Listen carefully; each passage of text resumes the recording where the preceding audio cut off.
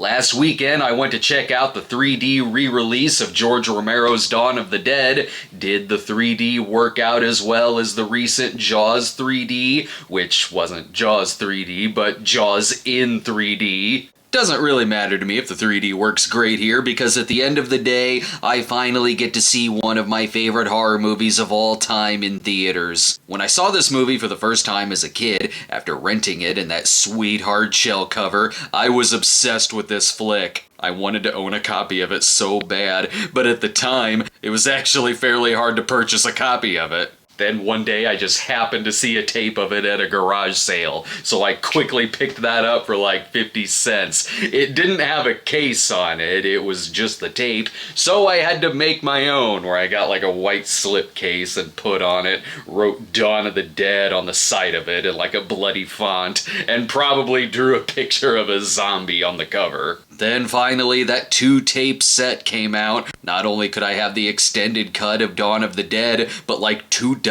trailers, and some dubbed in foreign languages. Still to this day, when I see this part of the movie, I'm still like, okay, this is when I have to switch from tape 1 to tape 2. Dawn of the Dead kind of takes place in that halfway point between society fully collapsing and chaos taking over to there still being sort of a functioning society and government. Throughout the movie, there is still some hope left, whether it's the hunters making the best of the situation, or whether or not the news broadcast will come on during the last act. And even at the end, when they fly off with low fuel, there is some hope they may survive. When they set up shop in the Monroeville Mall, it's like they're still trying to hold on to some sense of normalcy before it all ends. They clean the place up, they have fun, they get bored, they joke with each other, they argue with each other. It's their home, so they take it very personally when it's attacked by bikers in the climax and they have to defend it.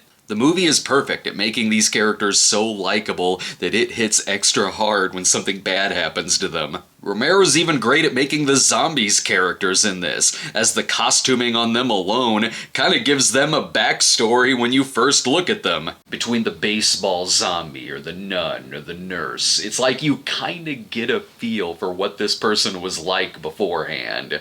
Especially with how the movie talks about them falling back on their instincts, with the mall being a familiar place to them. So they're walking around the stores and playing with hockey sticks on the ice, maybe like they would be doing on a Saturday at the mall. The version released in 3D is the theatrical cut of the movie, which is fine. I still love that version too. It's the first one I saw. But I really love the extended cut, and usually that's the one I watch. You see more Joe Pilato, who I swear is off for the early adventures of Captain Rhodes before Day of the Dead. I like that they talk about their families and what they're leaving behind. The extended cut gets into their eventual boredom in the mall a little more. And I don't know why, I just really like this eerie shot and music cue.